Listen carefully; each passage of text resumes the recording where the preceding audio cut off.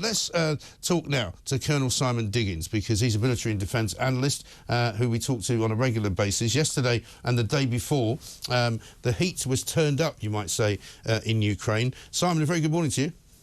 Good morning to you, Mike. I'm reading this morning various different accounts of these 12 British Storm Shadows fired deep into Russia, it says in the Times. We're not quite sure exactly what the targets were, but we think they're in Kursk and we think they are military targets. Is that right? Well, that's my understanding as well. I mean, there'll be the point about the Storm Shadow missile is it's precise. It can be targeted against important things like command and control centres, logistics, ammunition sites. The target is also quite interesting where it's going to. It's into Russia, certainly, but it's also against the area of where there is a Ukrainian incursion, and the Russians are trying to push that incursion back at the moment. So it actually has been fairly precisely targeted. Yes, and I mean, so far as I can gather, there doesn't appear to have been any specific retaliation from Moscow. No, and I think but that is a matter of time. We must expect Russia to react. There's a very stark warning we've heard recently from the head of MI5, who talks about sustained mayhem, hybrid grey zone warfare. There's lots of different terms for it being used against us. And that has killed people. I mean, there are no people killed in this country, but we've also seen attempts to put incendiary devices on parcels to go onto aircraft. There have been a spate, and we talked about it recently, of mysterious fires at armament factories. We know that the Russians are no longer necessarily doing it directly themselves with their intelligence agents, but are using proxies, criminals and the like in order to give them what they call plausible deniability. But I think the head of MI5, when he warns of sustained mayhem on the streets of Britain and Europe, we should take that warning very seriously. And my expectation is there'll be an increase in that. And what do you think the timeline is for the reason for why this was sort of happening now? We got Joe Biden just the other day releasing sort of long-range missiles from America that Ukraine could use, and they fired some of those, the shorter range than these Storm Shadow ones. But then some landmines were agreed to be given to them, and now suddenly the Storm Shadows. What do you think? This was all sort of done during the G20 meeting, perhaps? Yeah, potentially, but of course, as you rightly point out, there's been a long build-up in terms of the conversation. Ukraine's been demanding use of these weapons for a long period of time, pointing out the illogicality of the fact the Russians are conducting attacks from their territory onto Ukraine, and they couldn't strike back with the most effective weapons at the Ukrainian disposal.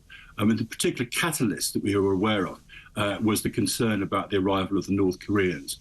I think for Biden, though he's obviously argued out for a number of months now, that for him was a kind of a red flag, and that's the point where he authorised the use of them.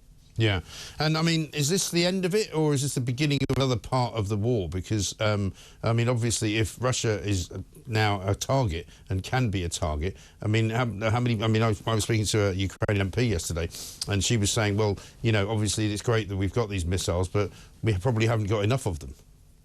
No, I think it's an important additional weapon system for the Ukrainians. It's not a game changer. This is not, even the combination of ATACMS, Storm Shadow, Scalp is going to absolutely change the situation. I think the next couple of months are going to be very difficult. There's going to be some very heavy fighting, because there is a sort of expectation that with the arrival of Donald Trump, that if you like, the strategic picture will change. He's already declared his desire to see a peace in very Trumpian fashion. He claims he'd be able to bring peace within a day, but he's also made it clear to the Ukrainians that what he regards as a sort of open check will not happen in his time. It's not to say that everything will be switched off, but he's got a very clear line, as is his vice president, about what he calls forever wars. Yes. It was one of the things that he's not prepared to do. Now, that was not just about American wars directly involved Americans, but also, by the sound of it, wars where they are providing the main support to it as well. But a lot of that is a political decision made on the basis that a lot of people who voted for him are in agreement with that, and a lot of people in this country are also in agreement with it, and so he has to be aware of that, I guess. No, I think he has. I mean, I think we've been used to an era now, and that they talk about the Pearl Harbor moment, but it really the moment from 1949 onwards, where America has been the sort of the lead in terms of engagement, involvement, underpinning NATO, and everything that goes with that. But we've had, and it's not just from Donald Trump, we've had even from President Obama back in the early 2012, 2014, talked about a pivot to the Pacific, and also expectation that Europeans in particular would pick up the slack. Now, that hasn't happened, or it's started to happen, but it's starting to happen very, very slowly. And I think that's the key message, that it's not we're going to necessarily abandon you, but you really have got to look after your own defence, because we're not there as not just the first resort, but last resort. That's the expectation. And I think that's an expectation in an awful lot of the American people.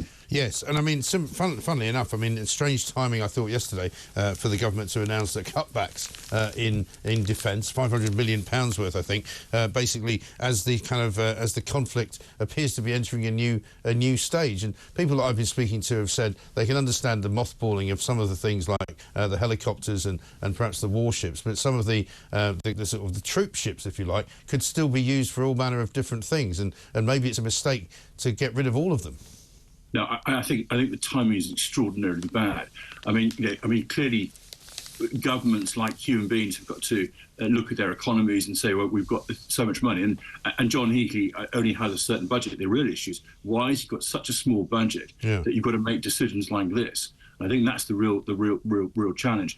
And I agree with you over the troop ships. There's 10 years worth of life in them. Yeah. And one of the areas where we were hoping to focus most on was into the Baltic, the so-called Joint Expeditionary Force, put together with Sweden, Finland, and the Baltics, was something that we were going to be leading on, and that's exactly where these ships would have been most useful. So, I mean, an extraordinarily poorly timed decision, but actually really indicative of the dire state of Britain's defences and Britain's defence economy. Yeah, exactly right. And similarly, again, having made that decision and announced it yesterday, which, as you say, was a strange time to do it, it's also in direct kind of competition with what the Labour government said they would do. They've been talking about bulking up defence. They've been talking before the election about increasing the percentage of GDP. Yeah, no. They haven't committed to it, and they haven't sort of, absolutely sworn that they'll do it, but they certainly indicated that they wouldn't be making cuts, and now suddenly they're making them.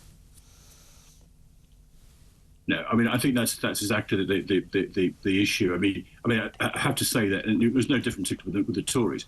This sort of 2.5% of GDP, when fiscal circumstances allow. A target without a timeline is not really an applicable one at all. And that's kind of where we are with this. Yeah. We've got this strategic defence review ongoing at the moment. It will be very sensible. The people who are in charge of it are sensible people, but the timelines on it are not good. We've already had Rachel Reeves laying out her budget for the next 5 years, and 2.5% of GDP does not appear in that. No. And so you're not very hopeful then that that's going to change anytime soon? No, sadly not. And I think that's a disaster, because even the 2.5% is not what people are saying we need. Right. Sensible people, senior military officers, previous defence secretaries, all talked about 3%. My overall sense at the moment is this government, but not particularly different from some of the Tory governments who preceded it, really haven't got a handle on the issue about national defence. It is expensive, but actually, I always say with these things, try the alternative. Try not having the money to defend yourself and making sure your country is safe and resilient. Yeah, absolutely right. Colonel, thank you very much indeed. Colonel Simon Diggins, the military and defence analyst, on the subject of why not only we are now seemingly sending missiles into Russia, deep into Russia, British-made missiles, at America's behest, but we're also cutting back £500 million out of the defence budget, despite the fact that the Labour government, guess what, said they wouldn't do that. There's a funny thing.